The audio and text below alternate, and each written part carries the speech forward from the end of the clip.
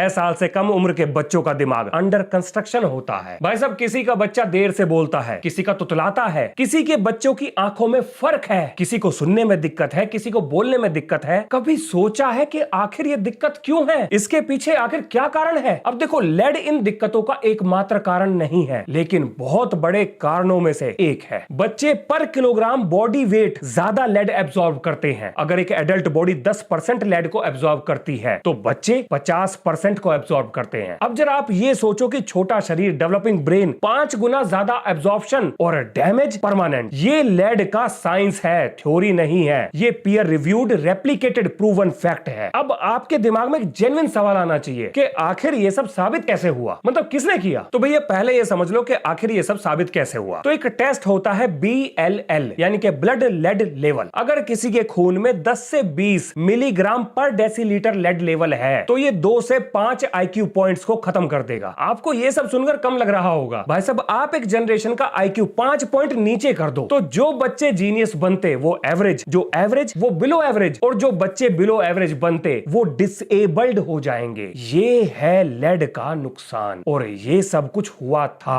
आज भी हो रहा होगा। लेड ने एक पूरी जनरेशन के IQ को तहस नहस कर दिया। अब बताता हूं कि ये सब हमें कैसे पता चला। एक डॉक्टर साहब थे, डॉक्टर हर्बर्ट निडलमैन। इन्हें पता था कि लेड हड्डियों में और दांतों में जाकर जमा होता है। अब क्योंकि बच्चों पर लेड का सबसे ज्यादा असर होता है तो इन्होंने 2000 बच्चों के दूध के दांतों को इकट्ठा किया। हर एक बच्चे का नाम, पता और उसके रिकॉर्ड को डायरी में लिखा। अब क्योंकि बच्चों का ब्रेन लगभग 5-6 साल की उम्र में 95% डेवलप हो चुका होता है और इसी उम्र तक उनके दूध के दांत गिरते हैं, तो दिमाग में कितना डैमेज हुआ होगा इसका बढ़िया आइडिया लग सकता था। इसी को आधार बनाकर इन्होंने ये एक्सपेरिमेंट किया। अब अपनी रिपोर्ट तैयार करने के बाद ये हर बच्चे के